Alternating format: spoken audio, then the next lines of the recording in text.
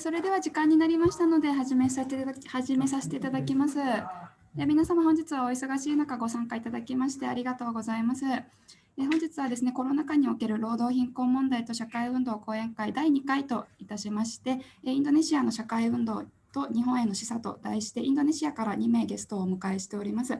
申し遅れましたけれども、私本日全体の司会を務めさせていただきます笹川平和財団、アジア事業グループの横木と申します。少々事務連絡が長くなってしまいましたけれども、講演会移る前にですね、主催者を代表いたしまして、笹川平和財団アジア事業グループ長の中山真帆より、ご挨拶を申し上げます。よろしくお願いします。参加者の皆様、本日は笹川平和財団主催ウェビナー、コロナ禍における労働貧困問題と社会運動、第2回目のインドネシアの社会運動と日本への示唆にご参加いただき、誠にありがとうございます。本企画は2回シリーズでありまして、今回は第2回目にあたります。日本の事例を取り上げました第1回目では、生活相談と労働相談の第一線で活躍する若手世代のアクティビスト、藤田貴則さんと渡辺博人さんのお話を伺いました。日本ではコロナ禍による貧困が一層深刻化し、特に女性や難民、外国人労働者など、もともと終焉化されていた労働者が大きな打撃を受けている実態が報告されまして、また、歴史社会学者の小熊英二さんより、非正規雇用の増加が指摘されて久しいが、実際には就業者下位 45% が自営業から非正規雇用に移行しているのであるということ、この方たちは世界的に見ればインフォーマルセクターに当たる、また自営業者はもともと豊かな社会関係資本の中で相互扶助に守られて生活を営んでいたけれども、それが非正規雇用者となり、相互扶助の制度から抜け落ちて厳しい生活環境に置かれているという分析がありました。さらに、新しい希望として、藤田さんや渡辺さんのような、運動を牽引する若いアクティビストの方々が台頭されていて、また、Z 世代と呼ばれるその次の世代ですね、不公正に対しては戦うという強い意識を持った若者たちが行動を起こしていることも分かりました。第2回目となる本日は、インドネシアから90年代の民主化運動、そして現在でも社会運動、労働運動において指導的な立場にでいらっしゃいます、ダダントリサソンコ氏とバンバン・ウィジョヤントさんのお二人にお話を頂戴します。お二人とも70年に人権擁護のために設立されたルンバガバントワン含むエルベーハーを起点に、亡くなられたムニール氏とともに、LBH だけではなく、さまざまな人権擁護団体設立に関わり、これらの組織が相互に連携し合う体制を築きながら人権活動家として活躍されてきました。バンバンさんは2016年から2017年まで笹川平和財団のフェローとして来日されましたし、またダダンさん、バンバン様、お二人とも笹川平和財団のさまざまな事業にご協力をいただいてきました。現在、ダダンさんはインドネシアコラプションウォッチの倫理委員長で、バンバンさんは汚職担当のジャカルタ州知事の専門家顧問でいらっしゃいます。本日はお二人からインドネシアの民主化運動、汚職撲滅運動、また昨年のオムニバス法反対運動がどのような戦略で展開されてきたのか、世代間、そしてセクターを超えた連携がどのように可能となったのか、などなど、さまざまなお話を伺えるかと期待しております。また、2人のお話の後に、日本に対して示唆するものに関して、第1回目の登壇者でいらっしゃいました、藤田貴則さんにもコメントを頂戴する予定になっております。最後に改めまして、3人のご登壇者の皆様、参加者の皆様に御礼を申し上げて、私のご挨拶といたします。ありがとうございます。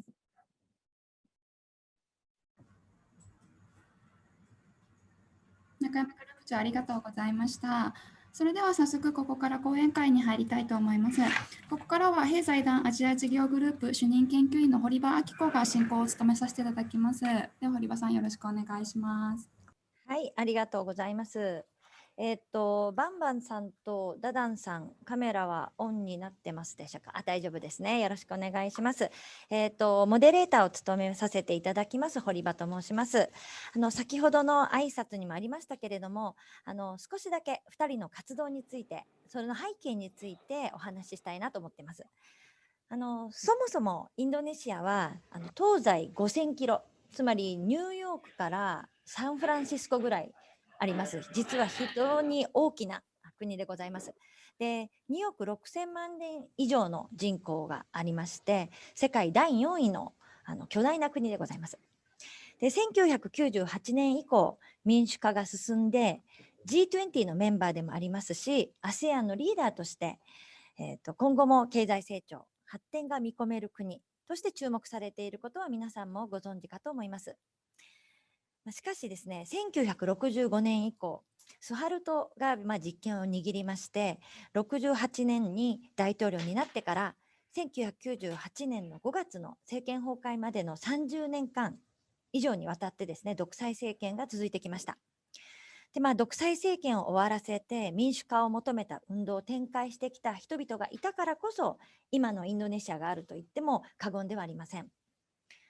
スハルト政権は開発独裁と言われてまして、日本も含め西側諸国は反共産党ということでスハルト政権を応援してきました。国民国家形成のプロセスの中で支配下に置かれた西側のパプア、東シモール、そして以前から独立を求めていたアチェでも政権による弾圧は続いていました。またジャワ島を中心に開発は進んできたもののですね、街島と呼ばれたインドネシアの他の地域との格差は開きましたし、さらにインドネシアの文化とも言われていたカーカー N という言い方するんですが、汚職、癒着、縁故主義ですね、が横行しました。それだけではありません。インドネシア各地でスハルト政権下では言論の自由、集会の自由が制限され、政権批判をした人はある日突然姿が見えなくなるといったこともたびたび起きていました。このようなスハルト政権下で、スハルト政権の打倒、インドネシアの民主化に向けて活動してこられたのが本日のスピーカーのお二人です。事実、ダダンさんも若かりし頃、インドネシア軍に拉致されて拷問を受けた経験をお持ちです。また、お二人が共に活動してきた仲間、ムニルさんという方も政府によって殺されたという、そういう経験もありますし、いかに過酷な状況の中でインドネシアの民主化に向けて動いてこられたのかがわかるかなと思います。お二人はもともと先ほどもありました通り、LBH で英語でもリーガルエイドファンデーションと言いますが、インドネシアの法律擁護協会に所属されていた弁護士です。お話の中でも触れていただきますけれども、LBH はもともと都市貧困層の法的な支援をするために立ち上がった団体です。日々の生活をこなしながら国家の構造的問題を深く理解し、国軍の仕組みや利権の構造など、そういうものを暴きながらですね、民主化に向けて戦略を練って仲間を増やし、社会運動を牽引するハブとしてそういう機能を持つ団体へと発展していきました。どのように戦略を練って社会運動、そして政治運動へと発展させることができたのか。20年前になりますので、時代背景は違いますけれども、多くの深い洞察を得られることと思います。また、バンバンさんは汚職撲滅委員会、カーペーカーと呼びますけれども、の副長官として、インドネシア全体の改革に力を入れてこられました。また、時代に合わせて SNS や、ビデオですね、そういう映像なども活用しながら、人々の意識を向上させるための活動も展開されてきました。バンバン氏は、警察や政治家による数多くの汚職を摘発したことで、権力者から危険視されて、完全な濡れ衣を着せられたわけなんですけれども、逮捕に至ったこともありました。そんな中で多くの人がバンバンさん、そしてカーペーカ汚職撲滅委員会を守ることがいかに大切なことなのかに気づき、大きな運動へと発展していきました。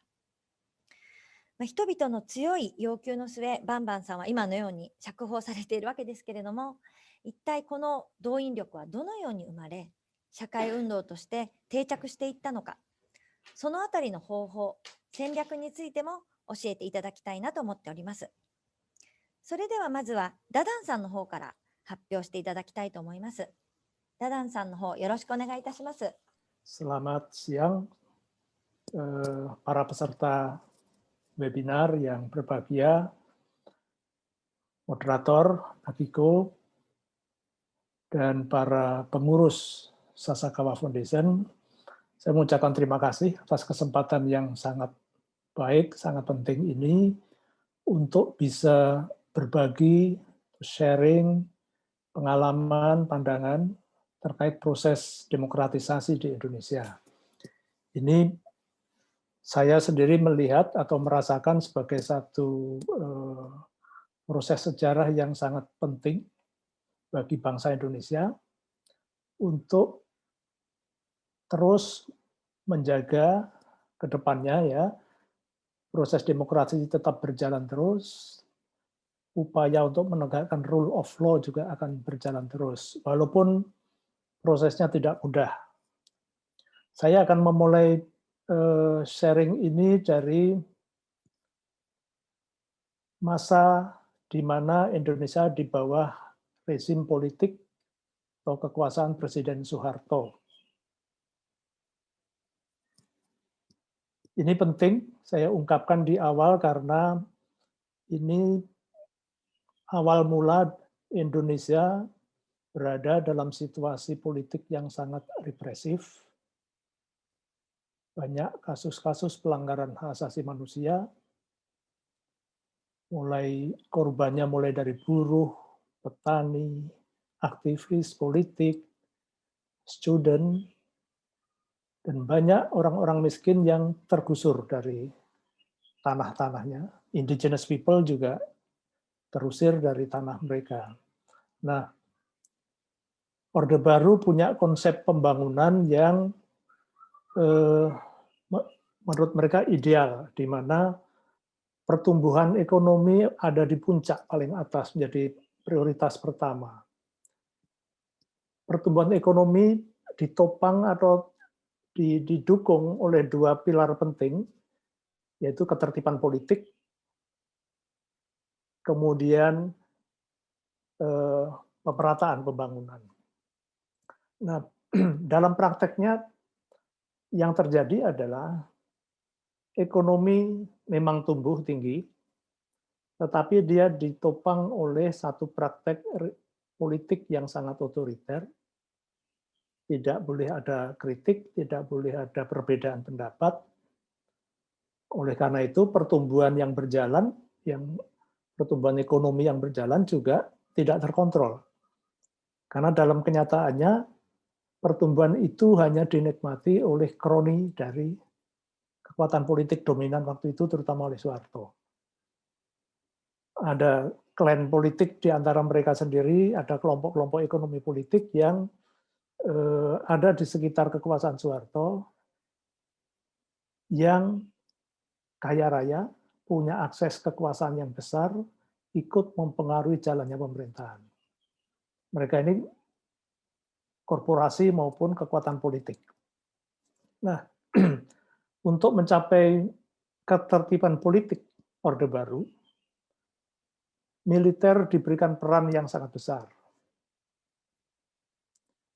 Mereka punya seat, punya kursi di DPR, di parlemen, tanpa harus ikut election. Tidak ada pemilu, tapi mereka punya satu slot kursi dan mereka punya suara di sana. Militer punya peran politik di parlemen. Tetapi kemudian juga ini makin kuat ketika militer diberi juga kontrol terhadap law enforcement, penegakan hukum.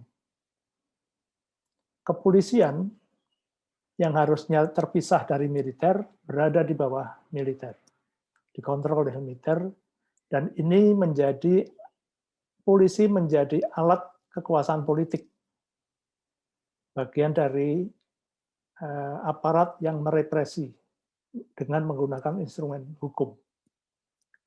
Nah, di samping itu juga militer juga menduduki posisi-posisi penting di pemerintahan. Apakah dia wali kota, bupati, gubernur, ya, sampai menteri-menteri, orang dekatnya presiden. Posisi-posisi penting di pemerintahan, di eksekutif, dipegang oleh militer. Kenapa muncul struktur yang seperti ini? Sepertinya Soeharto juga selain memang mereka ingin mendapatkan kekuasaan yang besar, mereka masih dibayang-bayangi oleh ancaman komunisme yang dari situlah Soeharto naik kekuasaannya karena berhasil menumpas Partai Komunis Indonesia. Komunisme menjadi hantu. Dia menjadi alat untuk menakut-nakuti rakyat bahwa kalau militer tidak berkuasa, maka komunis akan bangkit lagi. Narasi itu yang terus dikembangkan. Kemudian sistem politik yang tertutup juga tidak membolehkan rakyat untuk menyampaikan pendapatnya secara bebas. Rapat-rapat diawasi, pertemuan-pertemuan harus ada izin dari kepolisian, dari militer. Bahkan kalau di LBH sendiri, rapat-rapat internal pun sering disadap, sering bocor gitu ya. Dan pasti ada intelijen yang memantau. Yang lain, di bidang politik, partai politik hanya boleh ada 3. Selain itu tidak boleh. Kalau di zaman sebelumnya, di zaman Orde Lama, ada banyak partai, maka Orde Baru mengatakannya ini perlu disederhanakan, simplify, menjadi 3 partai politik saja. Ada golongan karya, yang mewakili kelompok birokrat dan lain-lain, para pekerja, juga ada Partai Persatuan Pembangunan. Ini lebih ke Muslim, partainya orang Muslim. Dan Partai Demokrasi Indonesia, ini partai kaum nasionalis. Jadi menjadi simpel 3 kelompok itu. Hanya boleh 3 partai yang ikut di dalam pemilihan umum, dalam election. Nah, gerakan masyarakat sipil, media, dan organisasi-organisasi masyarakat juga dibatasi. Selain melalui aturan-aturan yang membatasi bagaimana organisasi masyarakat dibentuk, siapa boleh anggotanya, apa azas tunggal misalnya, semua harus punya azas atau punya fondamen yang sama, Pancasila. Selain itu tidak boleh. Ya. Media massa sangat dibatasi. Selain harus melalui izin dari pemerintah, berita-berita tertentu itu dilarang. Berita buruk tentang pemerintah, berita buruk tentang militer, tidak boleh keluar di media. Bahkan sampai begitu kuatnya represi terhadap media, media pada akhirnya melakukan apa yang disebut dengan self-censorship. Sebelum negara atau pemerintah menyensor mereka, media sudah tahu mana yang boleh dan mana yang tidak boleh. Makanya dia hanya memuat yang baik-baik saja beritanya. Secara umum, Orde Baru seperti itu.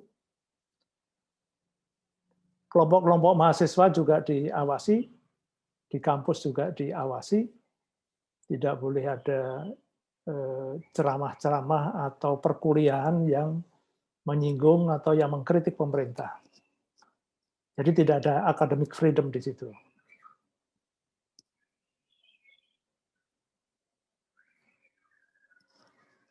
Nah, Orde Baru atau pemerintahan Soeharto berangkat dari situasi ekonomi yang buruk, yang jatuh. Situasinya tidak baik ekonominya. Oleh karena itu, salah satu solusinya, Indonesia mengeluarkan undang-undang tentang foreign investment, penanaman modal asing. Diharapkan dengan dibuka pintu bagi investor asing masuk ke Indonesia, ekonomi akan bangkit lagi. Walaupun di balik ini semua ceritanya adalah ini undang-undang ini lahir sebetulnya atas hasil negosiasi, hasil desakan dari pemerintah Amerika pasca Partai Komunis Indonesia dibubarkan, dijatuhkan. Nah, Foreign Investment Law ini bukan sesuatu yang baru bagi Indonesia, karena di zaman penjajahan Belanda dulu, mereka sudah juga membuka wilayah jajahannya untuk investasi di sektor perkebunan, sumber daya alam. Sebetulnya trennya seperti terulang gitu ya. Ketika dibutuhkan, maka investasi terutama di sektor sumber daya alam yang dari luar, karena itu yang paling mudah. Apakah di bidang oil, gas, ada mining, tambang, itu yang paling mudah diserahkan kepada investasi asing dan paling cepat menghasilkan uang bagi pemerintah Indonesia. Ini membawa implikasi-implikasi banyak, apakah itu implikasi politik, implikasi ekonomi bagi rakyat kebanyakan di Indonesia. Karena untuk mendatangkan investasi asing, salah satu yang penting diciptakan oleh Orde Baru adalah ketertiban politik. Seperti yang saya sampaikan sebelumnya. Tertib politik artinya rakyat tidak boleh ada kritik, tidak boleh ada protes, tidak boleh ada perlawanan kalau mereka digusur dari tanahnya, ya. Itu. Dan struktur militer untuk memastikan seluruh investasi aman juga. Militer punya struktur mulai dari pusat, headquarter, sampai di tingkat desa. Sampai tingkat desa. Sampai tingkat desa mereka punya petugas-petugas yang mengawasi masyarakat. Pangkat yang paling rendah, dan dia bekerja di lapangan, memantau apa yang dilakukan oleh masyarakat dan memastikan kegiatan masyarakat tidak ada yang berlawanan dengan tujuan dari pemerintah, terutama untuk pembangunan ekonomi.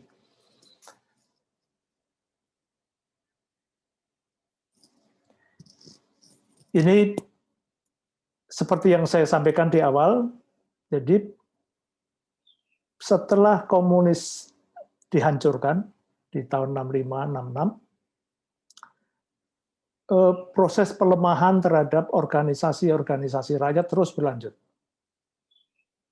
Petani dilemahkan organisasinya dan hanya boleh ada satu organisasi namanya Himpunan Kerukunan Tani Indonesia, HKTI. Demikian juga nelayan, buruh. Mereka kontrol betul organisasi-organisasi yang terkait dengan rakyat di tingkat grassroots. Mereka memastikan well control, well organized, dan well monitor. Semua dikuasai. Tujuannya itu tadi, menciptakan tertib politik. Pada masa itu ada undang-undang anti-subversi. Subversion law ini undang-undang yang paling menakutkan bagi aktivis karena bisa dihukum mati kalau dianggap melakukan kegiatan yang subversif. Apapun bisa dilakukan asal pemerintah tidak suka, kritik pun bisa menjadi dasar untuk menuduh orang melakukan subversi, perlawanan. Ini yang membuat sebagian besar kekuatan politik yang beroposisi atau kelompok-kelompok yang kritis itu tidak mudah untuk menyatakan pendapatnya secara bebas. Bahkan kemudian orang untuk menghindari risiko hukum seperti ini membuat mengemas atau membungkus kritiknya melalui seni dan lain-lain, supaya tidak mudah dijadikan dasar untuk tuduhan mereka melawan pemerintah. Media disensor, dan represi paling dalam terhadap media adalah dalam bentuk self-censorship. Ketika media merasa sudah harus menyensor sendiri beritanya, memilih-milih sendiri mana yang pantas, mana yang tidak pantas dibaca. Tidak ada academic freedom, kampus dimata-matai, Dan banyak terjadi apa yang kita sebut sebagai kekerasan oleh negara, state violence, pembunuhan di luar proses hukum, penahanan di luar proses hukum, penculikan, semua dilakukan terhadap mereka yang menentang pemerintah, menentang proses pembangunan, menentang ide-ide pembangunan, bahkan masyarakat di tingkat desa pun kalau menentang satu proyek yang ada di desanya, dia bisa ditangkap. Dia juga bisa disiksa. Ini represinya mulai dari elit politik yang beroposisi sampai kepada grassroots, masyarakat di lapis bawah yang tanahnya digusur, yang menolak pindah karena ada pembangunan, yang meminta upah yang layak, kaum buruh, ya, atau bahkan orang yang mempersoalkan layanan pemerintah, layanan publik yang buruk. Situasinya seperti itu. Saya tidak akan banyak bicara tentang kasus-kasus, tapi ini contoh saja sebagai gambaran situasinya. Kedungombo ini kasus pelanggaran hak asasi manusia yang sangat fenomenal. Tahun 85 mereka dibangun. Ini uang hutang dari Bank Dunia, dari World Bank. Tujuannya untuk membangun sistem irigasi, mengairi sawah-sawah yang ada di sekitarnya. Tetapi proses untuk membangun ini yang membuat rakyat terusir dari desanya karena dipaksa harus pindah, tidak ada kompensasi. Ini menyangkut 37 desa dengan ribuan keluarga. Bisa dibayangkan, dan sebetulnya sampai sekarang masalahnya belum selesai. Masih banyak orang yang belum mendapatkan kompensasi yang pantas. Mereka yang menolak ini, mereka dituduh sebagai bagian dari gerakan komunis.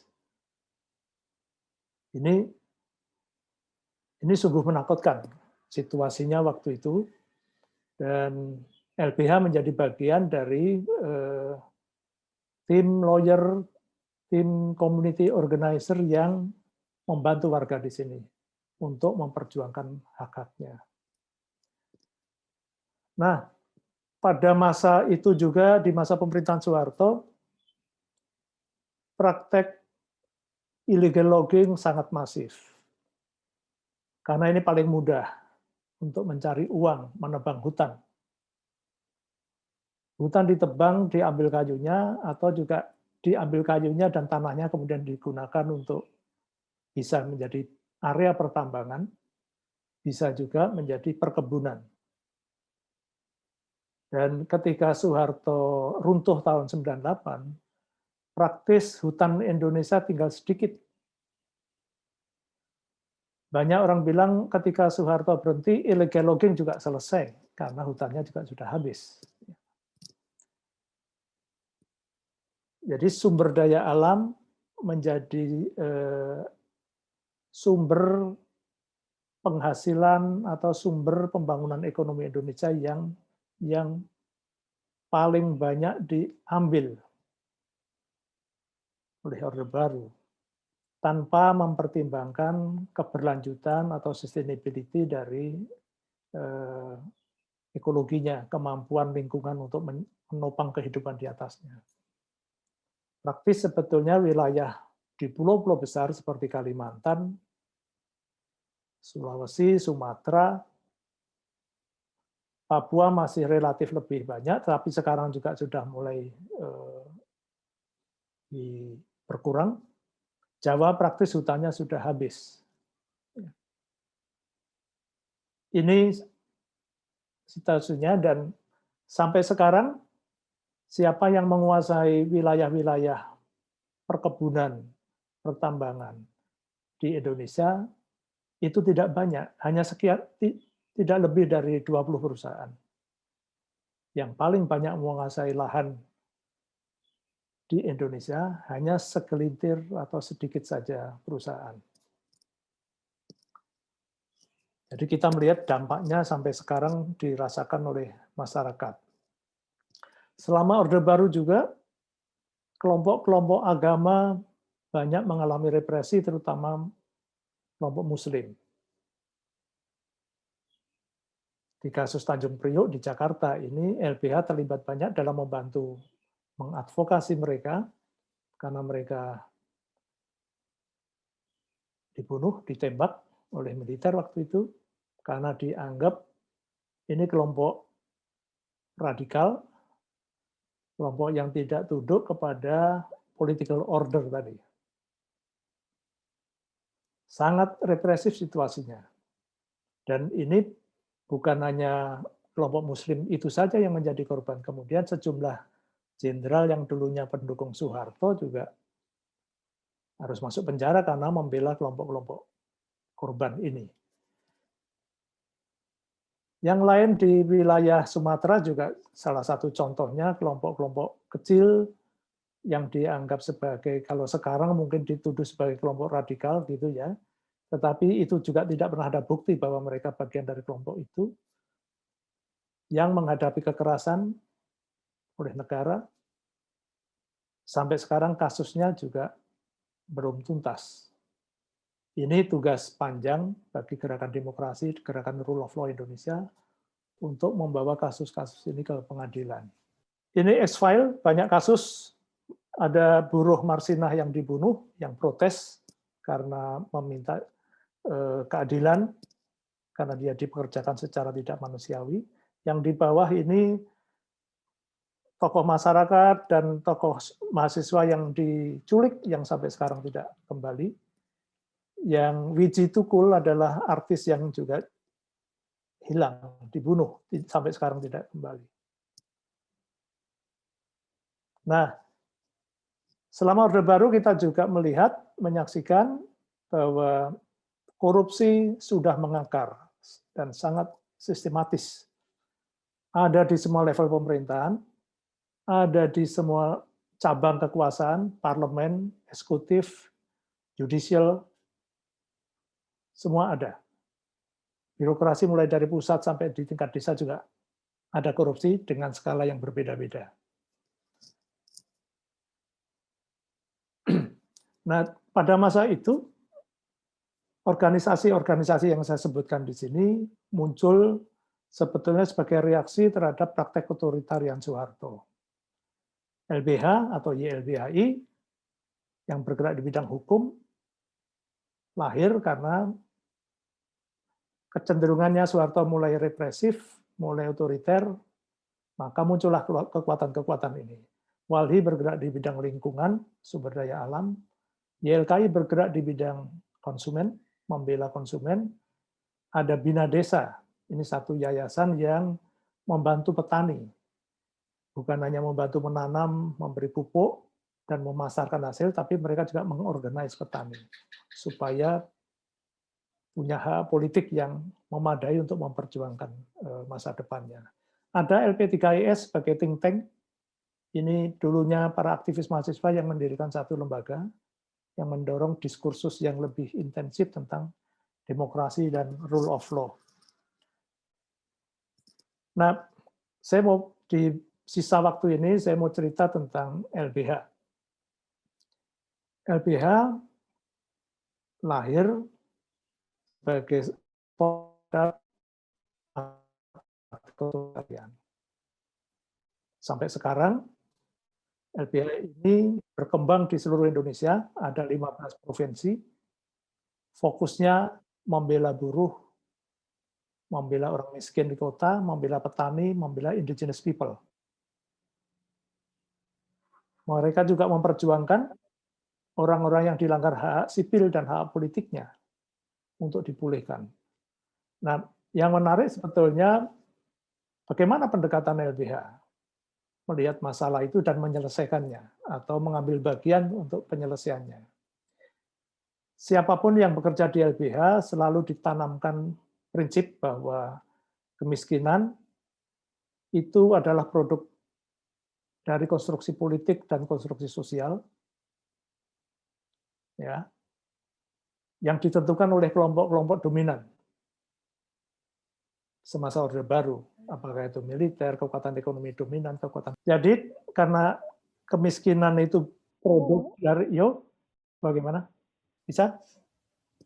Jadi karena kemiskinan yang menjadi fokus utama pembelaan LBH itu adalah produk dari sistem politik gitu ya, dan sistem ekonomi yang dilembagakan sebetulnya melalui hukum dan melalui kebijakan-kebijakan publik, maka pembelaan terhadap orang-orang miskin di Indonesia, terutama yang punya masalah hukum, itu tidak cukup hanya menyelesaikan masalah hukum yang dihadapi. Tetapi juga LBH punya perhatian besar untuk mengubah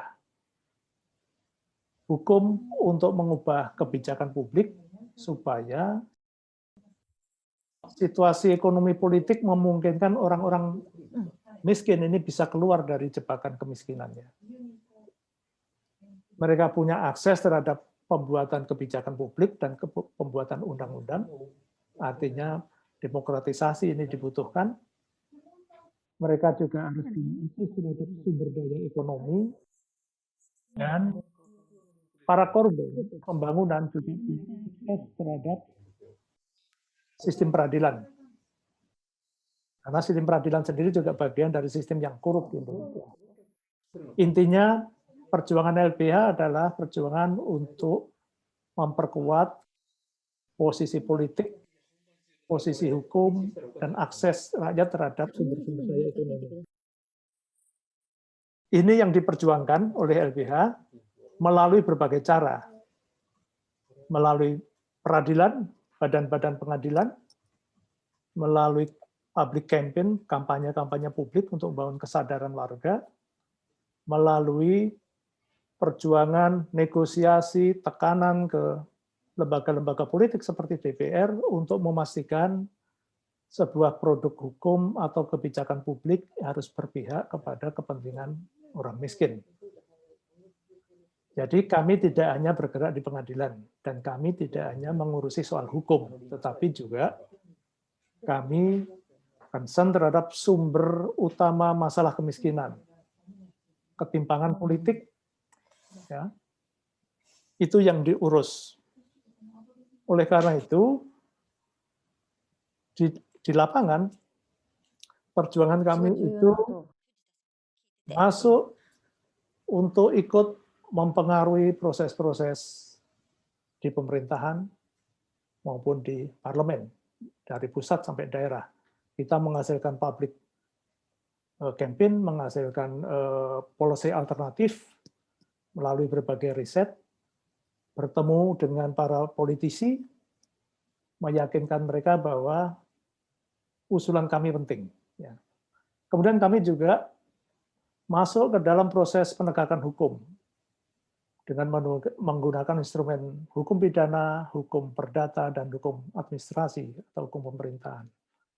Kami banyak bekerja sama juga dengan media dan masuk ke bidang-bidang pendidikan yang formal maupun yang informal untuk membangun kesadaran. Karena ini penting, karena waktunya tidak banyak. Strategi kita ada 3. Di political arena, kita menekankan pentingnya political empowerment for the people, untuk masyarakat. Kemudian kita mendorong policy advocacy, untuk mempengaruhi parlemen, pemerintah, atau lembaga-lembaga internasional yang banyak perannya dalam penentuan kebijakan pemerintah Indonesia, misalnya United Nations, World Bank, dan lain-lain. Di ranah politik. Di arena law and judicial, kita pendidikan hukum kepada orang-orang yang kita dampingi, apakah itu buruh, orang miskin kota, petani, masyarakat adat, dan juga melakukan legal action, strategic litigation, yang tidak hanya menekankan pentingnya menang atau kalah dalam pengadilan, tapi juga pengadilan sebagai sarana politik juga untuk memperjuangkan, untuk membangun kesadaran dan juga sekaligus untuk mendorong perubahan di proses penegakan hukumnya. Karena kami juga menggunakan prosedur hukum yang kadang tidak adil, dan melalui satu gugatan atau proses hukum kita dorong supaya ada perbaikan di dalam mekanisme di dalam peradilan. Yang lebih penting juga di arena sosial budaya. Oleh karena itu penting public campaign, pendidikan ke publik melalui seminar, melalui berbagai statement di media menjadi sangat penting. Oleh karena itu jurnalis menjadi partner paling krusial di dalam perjuangan untuk protecting human right, promoting human right di Indonesia. Dan itu sampai sekarang masih akan berjalan. Ini strategi besar kita dalam menjalankan advokasi, menjalankan perjuangan. Bukan hanya LBH, saya kira yang di tengah ini bisa banyak NGO juga, atau masing-masing NGO. Biasanya kami bekerja sama dengan komunitas yang punya masalah, lalu ada NGO, atau juga ada people organization, kelompok buruh, tani, dan lain-lain. Kampus penting, karena mereka punya student juga, punya reasoning yang kuat, punya hasil riset yang banyak, mereka harus digandeng. Kelompok-kelompok di masyarakat, para pemimpinnya juga kita gandeng, kita ajak, dan karena kami basisnya adalah advokat, lawyer, maka kami juga tetap harus mengajak atau bekerja sama dengan asosiasi-asosiasi profesi advokat di Indonesia sebagai bagian dari gerakan demokratisasi di Indonesia. Nah, mengapa LBH dan beberapa NGO di Indonesia masih bertahan sampai sekarang? Kami punya pelatihan-pelatihan yang rutin, ada proses magang, internship untuk mahasiswa dan mereka yang pemula sebagai aktivis. Itu terjadi bukan hanya di Jakarta, tapi juga di seluruh wilayah di Indonesia.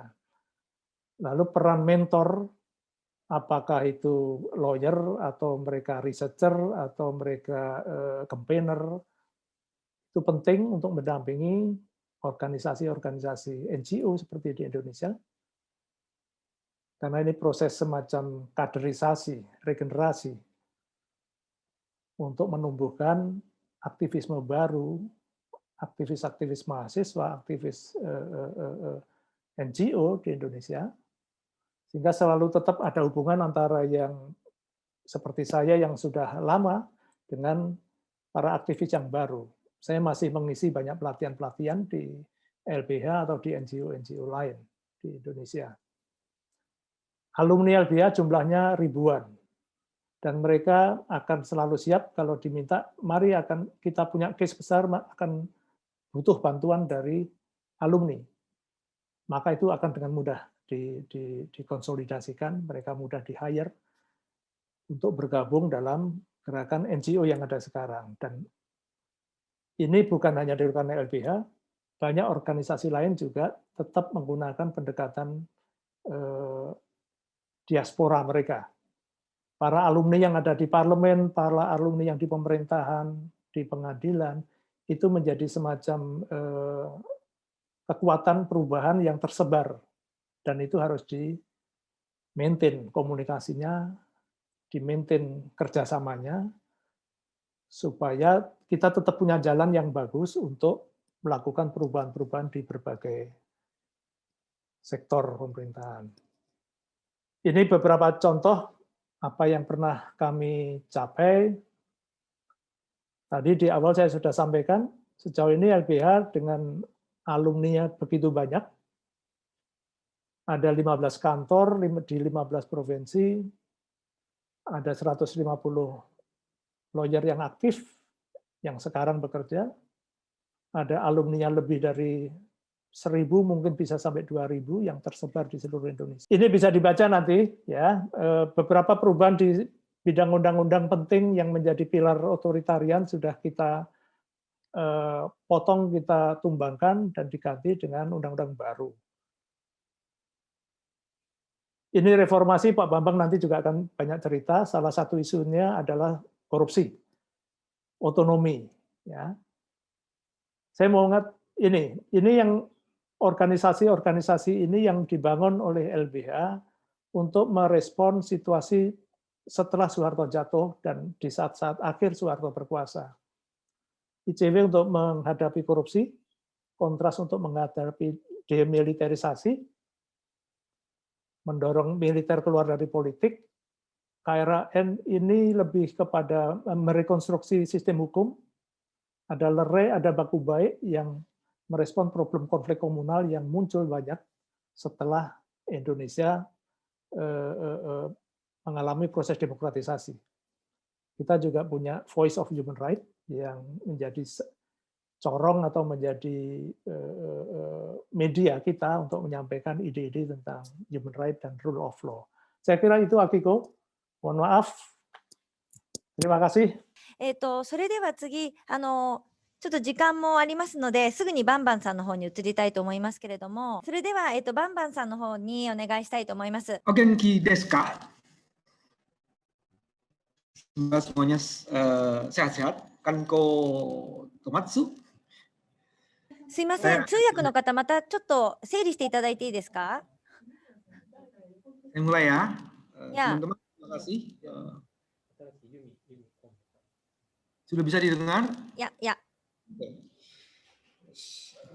Apa yang saya ingin sharing, melanjutkan apa yang tadi oleh kolega saya, teman saya Pak Dadang sudah kemukakan, tapi saya akan lebih spesifik bicara soal bagaimana membangun gerakan anti korupsi, ya.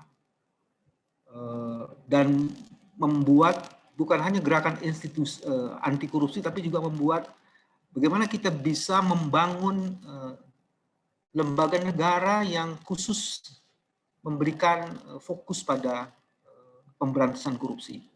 Jadi membangun gerakannya dan membangun institutionalizing, ya, membangun institusi anti korupsinya. Nah, ini dalam pengalaman Indonesia. Jadi saya akan melanjutkan dalam bentuk yang lebih spesifik lagi.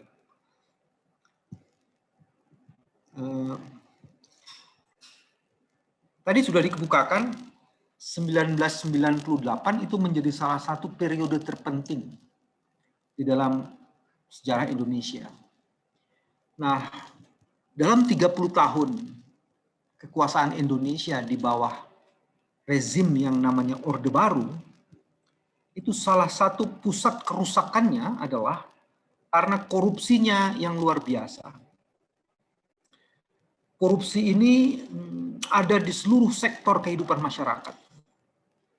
Korupsi ini menjadi bagian dari problem yang terus-menerus membuat kemiskinan, pengangguran, dan ketidakadilan ada di mana-mana. Nah, itu sebabnya ketika era reformasi setelah era Orde Baru 30 tahun di bawah mantan Presiden Soeharto, ada gagasan untuk membangun apa yang disebut dengan lembaga anti korupsi, jadi state institution yang fokusnya pada pemberantasan korupsi.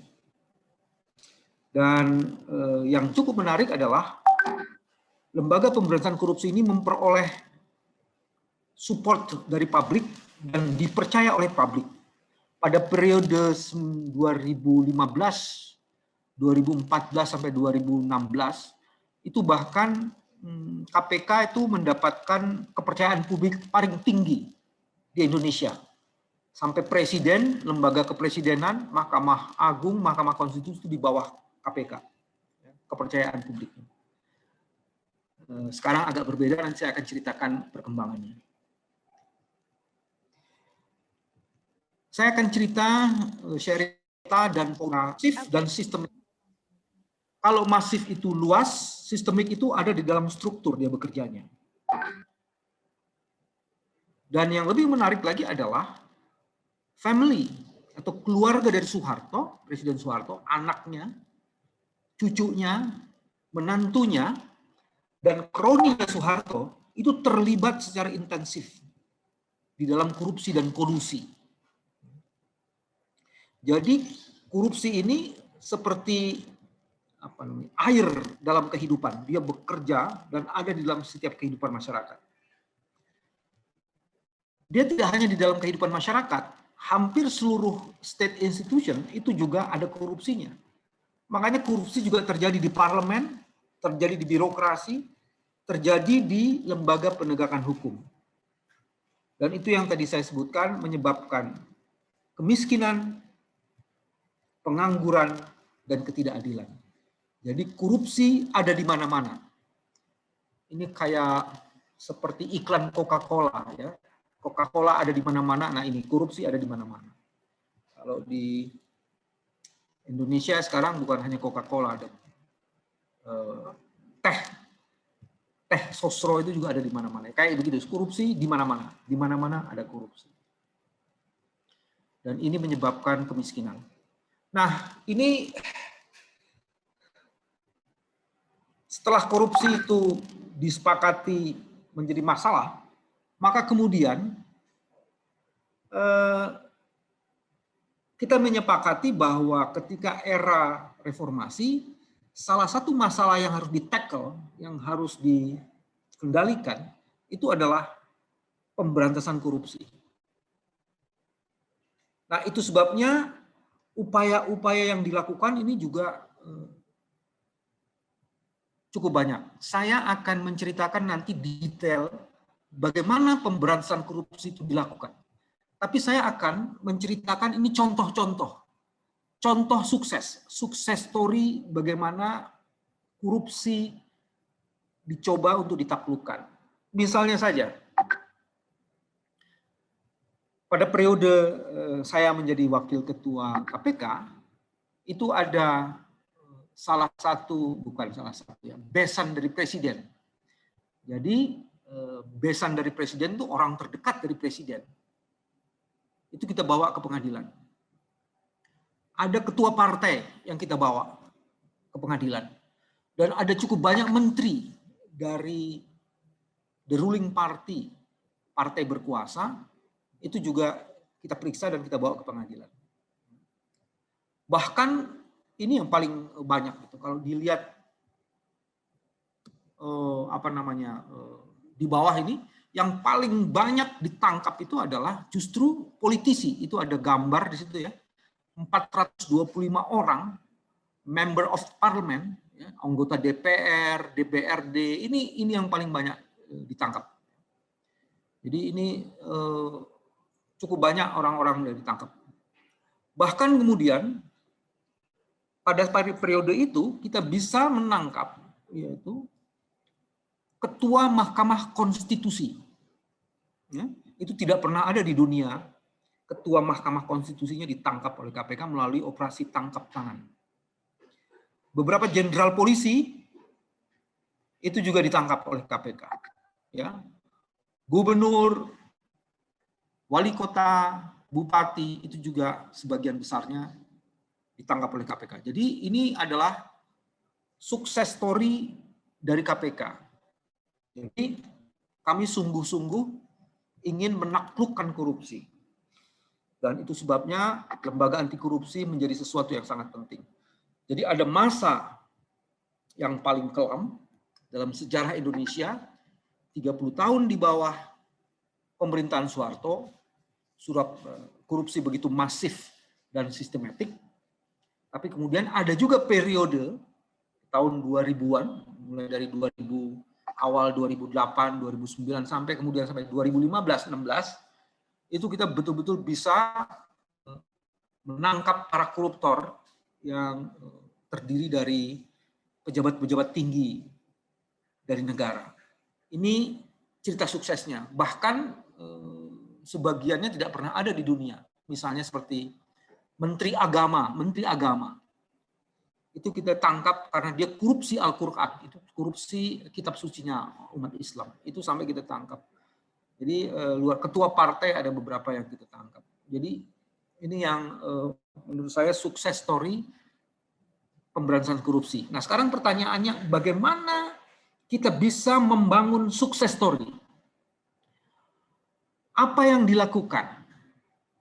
Ini mungkin yang akan di-sharing sebagai substansi dari sharing yang ingin saya lakukan ini. Pertama, ini lagi cerita suksesnya lagi ya. Bukan hanya menangkap orang, tapi juga kami berhasil ya, melibatkan hampir seluruh masyarakat sipil. Seluruh NGOs, non-government organization itu bagian dari masyarakat sipil, ya, terutama para aktivisnya untuk membangun satu kolaborasi yang sangat luas sekali.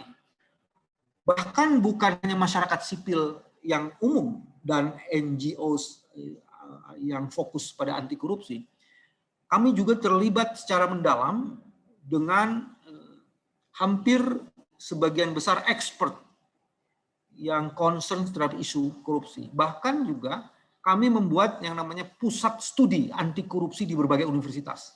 Jadi to encouraging, ya, meningkatkan dan menyebarkan inspirasi supaya kemudian gagasan knowledge mengenai anti korupsi itu ada di perguruan tinggi. Bahkan pada periode sukses KPK ini kami juga menggunakan kampanye melalui media sosial. Nanti saya akan ceritakan lebih detail lagi bagaimana cara membangun kampanye-kampanye melalui media sosial. Bahkan kita kemudian juga di sebagiannya mulai membangun sistem integrity di dalam birokrasi. Dan salah satu fokusnya adalah sumber daya alam. Karena Indonesia sumber daya alamnya luar biasa. Indonesia mempunyai 17.000 pulau.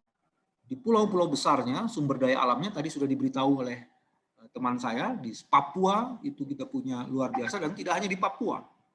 Kalau teman-teman melihat teknologi masa depan yang akan menggunakan kendaraan listrik, itu salah satu dasar untuk membuat kendaraan listrik adalah nikel. Dari nikel ini dibuat litium. Dari litium inilah kemudian dibangun apa yang disebut dengan baterai. Nah, litium yang berbahan dasar nikel itu di Indonesia cukup banyak sekali, terutama di daerah Sulawesi. Nah, itu sebabnya Cina sekarang melakukan investasi besar-besaran di wilayah Sulawesi Barat, Sulawesi Tengah, karena dia ingin menguasai nikel yang akan menjadi bahan dasar litium. Ya, nanti saya akan cerita mengenai. Jadi itulah keberhasilan KPK pada periode yang tadi saya sebut, mulai dari 2010 sampai 2015-16, tidak hanya di bidang penindakan, pemberantasan korupsi, tapi juga di bidang pencegahan. Nah, ini teman-teman salah satu contoh ya, salah satu contoh bentuk kampanye kami. Kami punya apa yang namanya bus anti korupsi. Jadi di dalam bus itu berisi seluruh knowledge, seluruh pengetahuan mengenai anti korupsi bisa diakses melalui bus ini. Bus ini bergerak.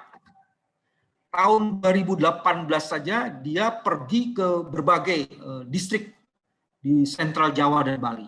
Kemudian 2019 dilakukan juga. Dan itu menemui, kalau dihitung itu hampir 88.000 partisipan terlibat. Ya, ketika mengunjungi tempat-tempat itu. Ini dengan satu bus ini, jadi kalau kita bisa punya 10 bus seperti ini, kita bisa serbu Indonesia di berbagai pulau. Apalagi kalau nanti kita bisa kerjasama dengan Jepang untuk membangun bus anti korupsi yang ada di berbagai tempat, maka ini bisa. KPK cuma punya 2 kalau tidak salah. Pada periode kita punya 1, setelah itu baru dibikin 1 lagi. Nah, ini contoh-contoh yang sukses story. Mari sekarang kita mulai belajar mengenai ini. Saya akan melewati ini dulu, nanti saya akan kembali lagi ke sini. Apa yang mesti dilakukan? Ada 2 hal ini dalam membangun KPK berdasarkan pengalaman di Indonesia. Yang pertama adalah preparations, persiapan-persiapan. Yang kedua adalah konsolidasi dan kolaborasi masyarakat sipil dan NGOs, LSM atau non-government organization. Jadi ada 2 hal yang kami siapkan. Apa yang perlu dilakukan yang pertama?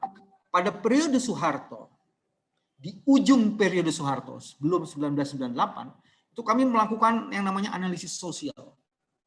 Ya, berdasarkan teori konflik, kami membangun teori ke depan kira-kira akan ada masalah apa kalau situasinya seperti ini. Berdasarkan kajian yang kami lakukan, salah satu problem utamanya adalah korupsi. Jadi kalau nanti ada pemerintahan baru, maka harus dipastikan pemerintahan ini harus pemerintahan yang membangun integritas dan melawan korupsi. Jadi harus ada anti korupsinya. Nah, itu sebabnya kemudian kami membuat kajian-kajian. Kajian ini melibatkan begitu banyak kalangan. Ada dari kalangan aktivis, ada dari kalangan civil society, ada dari kalangan perguruan tinggi, ada dari berbagai major dalam perguruan tinggi, ada yang dari ekonomi, ada yang dari politik, ada yang dari hukum. Jadi membuat koalisi yang sangat luas, melakukan analisis yang mendalam. Apa penyebab dan apa akibat, serta bagaimana mengendalikannya. Penyebab, akibat, dan bagaimana mengendalikannya. Jadi kami melakukan itu. Itu bagian yang sangat penting. Ini pekerjaan-pekerjaan akademik dan ini harus dilakukan. Jadi ini yang dilakukan. Pengalaman-pengalaman menangani berbagai kasus seperti yang tadi dikemukakan oleh teman saya, Pak Dadang, itu menjadi penting. Karena kekuatan korupsi itu biasanya juga akan koruptor, kekuatan koruptif suatu kekuasaan itu biasanya juga menggunakan kekerasan, selalu saja melanggar hukum. Jadi kita pelajari betul watak dari kekuasaan yang korup itu kita pelajari. Nah, selain itu, kita juga mempelajari apa saja yang sudah dilakukan negara-negara lain. Pada saat itu, di Hong Kong ada yang namanya ICAC, Independent Commissions on Anti-Corruption. Di Singapura ada CPIB, Central Police Bureau. Di Malaysia ada MICC, Malaysian Anti-Corruption Commission. Kita pelajari yang di Afrika Selatan, kita pelajari Korea, kita pelajari Jepang yang dengan budayanya itu kemudian orang kalau sampai ketahuan korupsi dia malu, dan itu budaya malu, shame culture itu luar biasa sekali. Jadi kita mempelajari the experience how to handling to eradicate the corruptions. Itu yang kami belajar berkomunikasi dengan international atmosphere, international fora, dengan segala kehebatannya dan segala kekurangannya. Kami juga bekerja sama atau berkomunikasi dengan international agencies, membangun network, membangun akses. Bagaimana sih World Bank penanganan korupsinya di sektor private, itu juga kami pelajari. Jadi proses belajar ini menjadi penting sekali. Dan yang lebih penting lagi sebenarnya, setelah kami mengetahui apa itu penyebabnya dan bagaimana dampaknya, kami mempelajari bagaimana membangun advokasinya. Kalau ada masalah-masalah korupsi itu bagaimana membangun kampanye-kampanye publiknya, supaya kemudian kebijakan-kebijakan yang korup itu bisa dikendalikan. Dan yang paling penting sekali adalah bagaimana membangun jaringan, karena ini penting. Membangun jaringan yang mempunyai concerns yang sama, bahwa ada problemnya adalah korupsi. Nah, itu bagaimana mengendalikan. Jadi kita juga belajar semua. Bahkan kita tidak hanya belajar itu. Kita juga melakukan yang disebut dengan mengidentifikasi siapa saja aktor-aktor yang memang mempunyai concerns terhadap anti korupsi. Ini kita pelajari betul. Kemudian kita bukan hanya, jadi setelah preparation itu kita juga mulai membentuk lembaga-lembaga anti korupsi.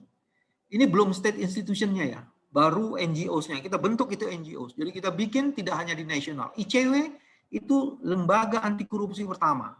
Tapi setelah itu ide ini segera kita sebar ya, ke berbagai tempat. Jadi ada pada saat itu mungkin ada sampai 100 lembaga anti korupsi yang ada di daerah. Dia tidak di bawah satu lembaga seperti ICW, tapi dia tersebar. Dan kami membuka jaringannya. Ya. Jadi forming idea, inspiring itu, kemudian terus membentuk forumnya, ya, karena perlu ada sharing knowledge, perlu improvement capacity, kompetensi dan macam kayak gitu.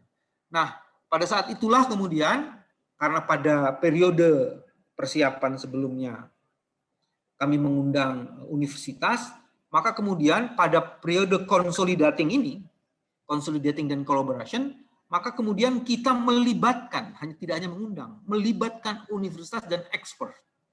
Bahkan informal leaders yang menurut kami dia mempunyai integritas yang tinggi dan sikap anti korupsi yang jelas. Ya. Dari sinilah kemudian kita punya pusat-pusat studi anti korupsi.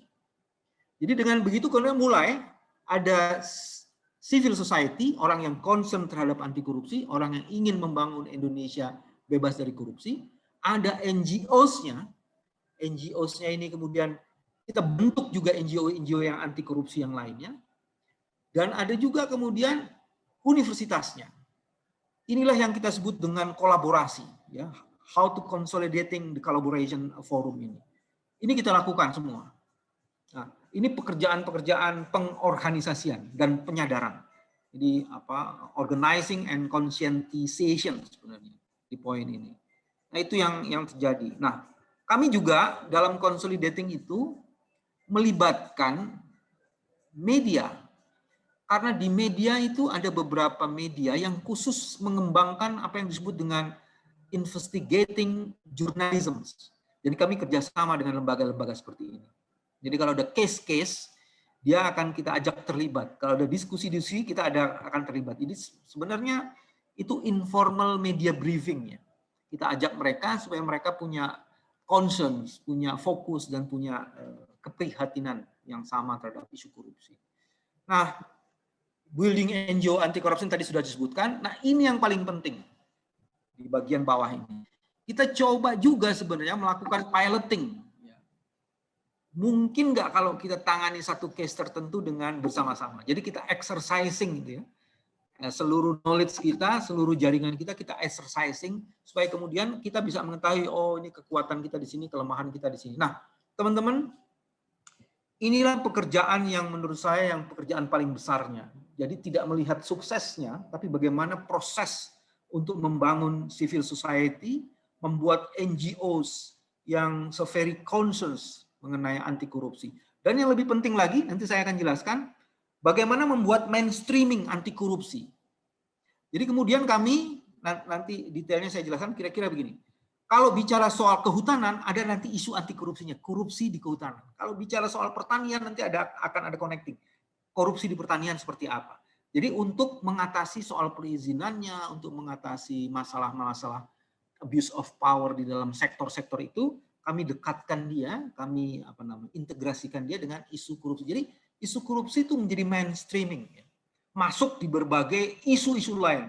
Di laut kita bisa ngomong soal korupsi, di udara kita bisa ngomong soal korupsi, di hutan kita bisa ngomong anti korupsi, di birokrasi kita bisa ngomong anti korupsi atau korupsi, di parlemen kita bisa ngomong seperti itu. Jadi semua tempat itu dikasih virus. Dikasih virus anti korupsi supaya kemudian kita bisa mengatasi masalah itu. Nah, itu yang menarik untuk dilihat. Sampai jam tadi 50 ya. Ya, oke.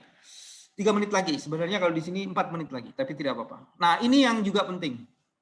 Jadi ada 6 langkah ya yang ini ups. Nah, ini teman-teman ada 6 langkah, nanti saya ceritakan cepat saja. Formulating strategic role ini penting. Mengidentifikasi apa yang menjadi kekuatan, itu penting. Kemudian juga bagaimana terlibat di dalam pembuatan undang-undang. Undang-undang mengenai anti korupsi atau undang-undang lain yang kemudian kita harus lihat apakah ada potensi korupsi di dalamnya. Kemudian membuat roadmap, membuat strategi kampanye yang tepat, dan kemudian membuat gerakan anti korupsi, membuat anti korupsi menjadi sebuah gerakan. Kira-kira itu yang menarik untuk dilihat. Ini teman-teman yang formulating the strategic role ya. Tidak semua lembaga NGOs anti korupsi itu menjadi watchdog. Sebagian mereka memang ada yang menjadi advocacy, sebagian mereka ada yang juga bergerak di bidang formulating academic draft. Jadi kita membagi-bagi peran-peran itu juga jadi penting. Yang lainnya lagi adalah misalnya, ini juga penting ini. Apa kekuatan dan kelemahan kita? Kami melakukan analisis mengenai kekuatan kelemahan, ya. Sehingga kemudian misalnya, di sektor perbankan, kita perlu konsentrasi di sektor perbankan, tapi kita tidak punya ahli perbankan yang bisa membuat governance proses within the business. Oke, kita cari orang-orang itu. Itu misalnya step-stepnya seperti itu. Nah ini juga nih, bagaimana membuat lembaga-lembaga atau isu-isu anti korupsi menjadi mainstreaming. Isu pollution, tapi juga ada isu corruption-nya. Deforestation ada. Nah ini kita bikin semuanya itu. Teman-teman lihat di situ, akhirnya kemudian kekuatan inilah yang akan melindungi KPK nanti. Jangan bunuh KPK, itu ada di depan situ. Jadi begitu KPK diganggu, mereka ini bergerak semua ini. Jadi ada soal semacam protection di situ. Ini step keempat, building the roadmap. Ya, kami membuat roadmap ya. Tahun ini apa yang dikerjakan, tahun depan apa, konsentrasinya begini. Jadi semua roadmap itu kita rumuskan dan kita jadikan bagian penting. Nah ini juga soal advocacy-nya nih. Jadi advocacy bukan hanya handling the case on the public atmosphere, tapi juga how to changing the relationship of the power. Itu yang juga jadi penting. Itu the target of the substance target of the advocacy itu ada masuk di situ. Ini penting. Nah ini poin yang keenam juga gini. Jadi kami itu membuat bukan hanya lembaga anti korupsi, tapi juga membuat bagaimana korupsi itu menjadi sebuah gerakan, anti korupsi itu menjadi sebuah gerakan. Karena gerakan inilah yang akan membantu mendinamisir persoalan-persoalan yang berkaitan dengan korupsi. Nah ini dia. Ini saya pikir bagian terakhirnya nih. Apa yang mesti dilakukan pada hari ini? Teman-teman, Anda harus berpikir bahwa koruptor itu tidak diam. Dia melakukan pukulan balik. Koruptor fight back. Nah, itu sebabnya kita harus mulai membangun mitigasi risiko. Nah, ini yang kami sedang pikirkan di Indonesia. Pertama adalah membuat lembaga anti korupsi itu harus independen.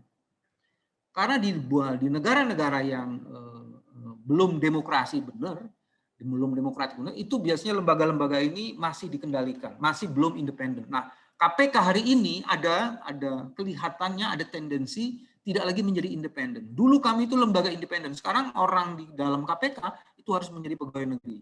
Nah, ini yang mesti dicurigai. Terus kemudian juga di beberapa negara sekarang ada yang menarik, lembaga KPK-nya itu tidak dibuat di bawah undang-undang, tapi dimasukkan di dalam konstitusi.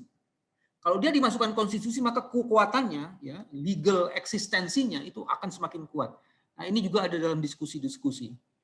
Dan yang lebih penting lagi adalah KPK harus menjadi satu-satunya, kalau di Indonesia ya, lembaganya harus jadi satu-satunya lembaga anti korupsi dan diberikan the broad powers. Ya. Seluruh every single cases of the corruption should be handling by the KPK. Misalnya kayak begitu ya. Nah, dengan kayak gitu, maka kemudian akan menjadi KPK menjadi semakin kuat. Dan yang lebih penting lagi adalah KPK sendiri harus dibangun integritasnya, terus-menerus dibangun profesionalitasnya. Hari ini, misalnya dalam korupsi, isu gratifikasi, misalnya ya, sekarang ada yang namanya gratifikasi seks, itu sudah bekerja. Nah, how to minimize potential gratification, sex gratification, itu terjadi sekarang. Dan tidak hanya di dunia, di Indonesia sudah mulai muncul seperti itu. Nah, yang paling penting adalah KPK atau lembaga anti korupsi itu harus mengintegrasikan 3 hal. 1, investigation untuk eradication of corruption, pemberantasan korupsi. 2, pencegahan, prevention, itu untuk membangun sistem, developing the system of anti-corruption, system of integrity. Terus yang ketiga adalah bagaimana membuat pendidikan dan mendorong public participation supaya terjadi gerakan anti korupsi di civil society dan di NGOs. Karena dialah yang akan mengontrol kekuasaan dan mengontrol KPK itu sendiri. Teman-teman, itu yang bisa saya sharing.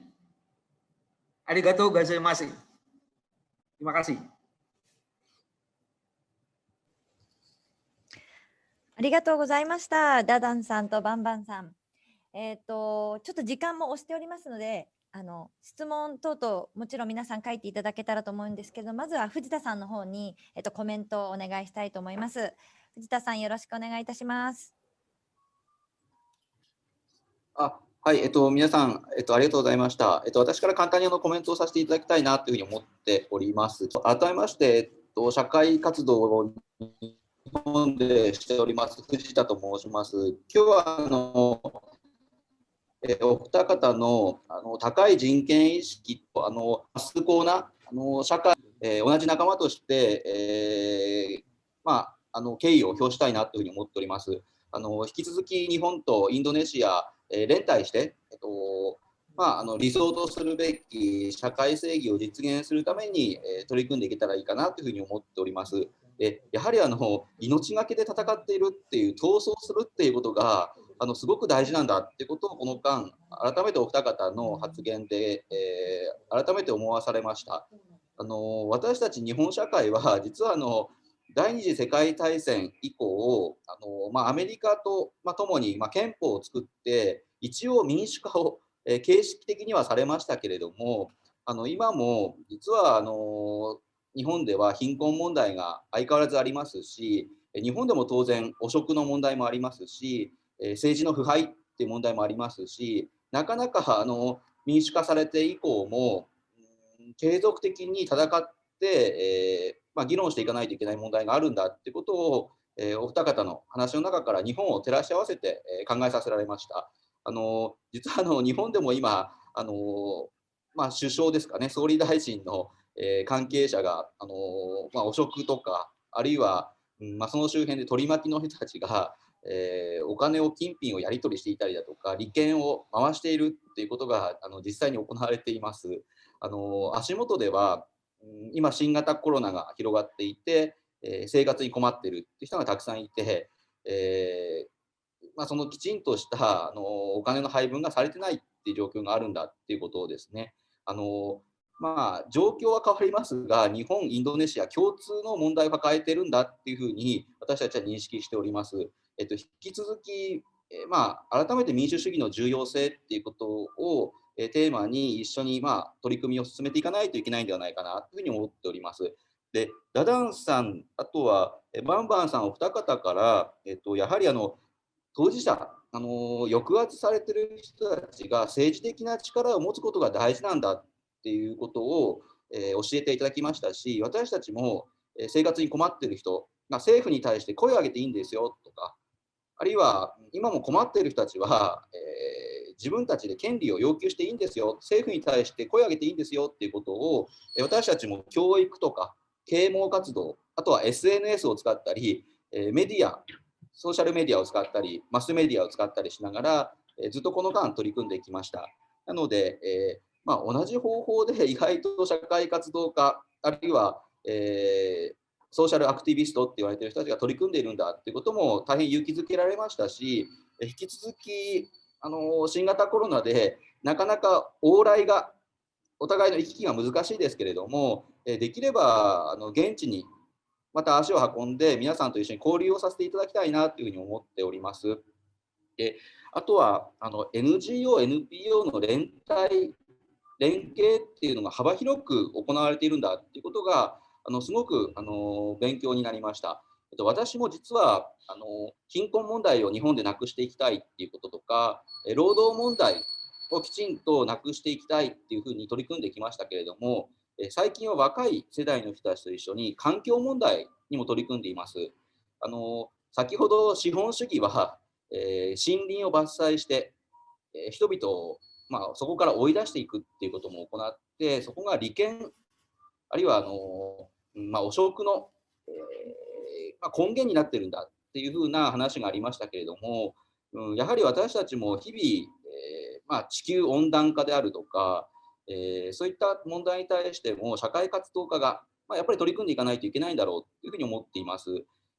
若者世代、若い世代がインドネシアでも台頭してきている、どんどん若い世代がお二方の活動を見ながら、尊敬されて、次の世代にバトンが引き渡されていますので、私たちも次の世代に社会活動のバトンがきちんと渡せるように、頑張っていきたいなというふうに思っております。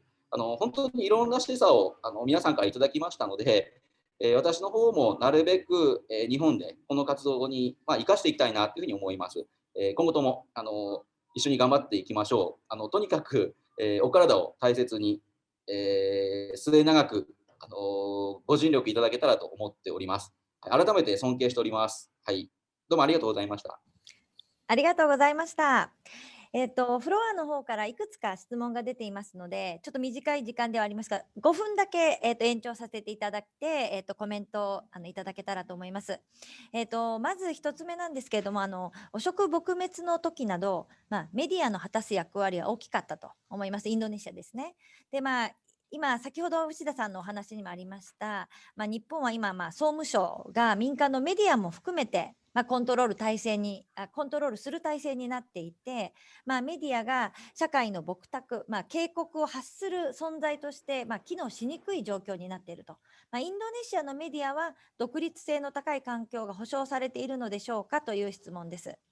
で、バンバンさんでもダダンさんでもいいんですけれども、メディアに関して、きっとアジのこと等々少し教えていただけるといいのかなと思うんですけれども、いかがでしょうか。Jadi ada dua, media itu ada dua jenisnya. Ada media mainstream dan ada yang juga citizen journalism. Jadi ada dua sebenarnya. Nah, di media mainstream itu ada 3 yang dilakukan.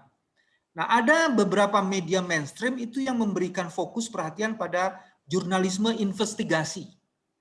Nah, dalam jurnalisme investigasi itu, biasanya kalau ada satu case tertentu, mereka melakukan investigasi lebih mendalam.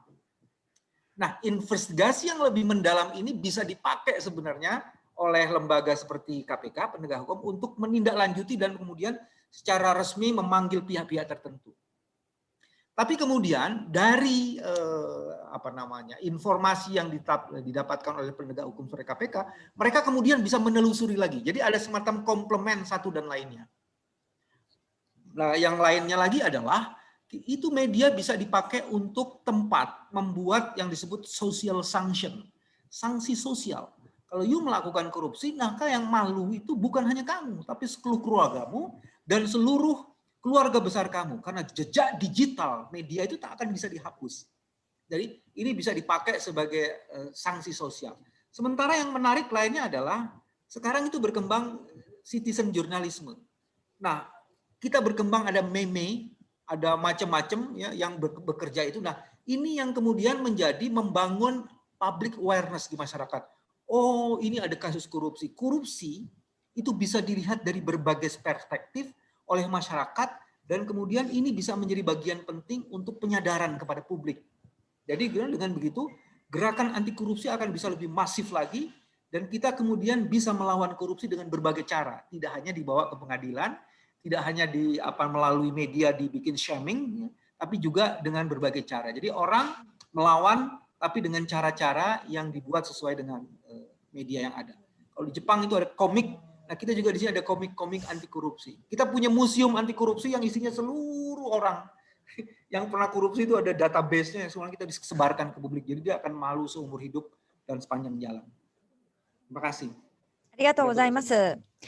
もう一つ来ておりますので、じゃあ次はダダンさんにお答えしていただきたいんですけれども、社会運動として、ずっと活動されてきたと思うんですけれども、どのようにして求心力を保ってこれたのか、で内部で争い、競争等々はなかったのだろうかと、そういうような質問が来ておりますけれども、どのように求心力を保ったのかということで、ダダンさんの方から、お答えしていただけますでしょうか。Terima kasih pertanyaannya. Kepemimpinan, jadi leadership dari social movement, kalau belajar dari pengalaman LBH, di LBH memang selalu ada internal konflik, selalu ada. Tetapi kami punya pijakan, punya common platform, common agreement, atau punya one vision, visi yang sama. Ya, jadi kami boleh berbeda di tingkat strategi, dan itu sering terjadi, tapi kemudian orang akan mudah bersepakat untuk menyelesaikan konfliknya karena kita punya tujuan yang sama. Nah, pentingnya untuk menjaga soliditas atau konsolidasi organisasi, dia punya vision, mission yang jelas, dan itu dihasilkan melalui proses yang partisipatoris dari seluruh member, dan juga pelatihan-pelatihan yang kontinu, ya, sehingga vision and mission organisasi dipahami betul, diterima. Value-nya menjadi shared value yang dipahami, diterima oleh semua orang. Tetapi tidak ada jaminan juga, konflik tetap ada. Bahkan sebagian dari kami ada yang keluar dari LBH misalnya. Tetapi kalau selama ini orang yang keluar dari LBH, misalnya ada konflik, salah satu pihak keluar, tapi di luar dia membuat organisasi.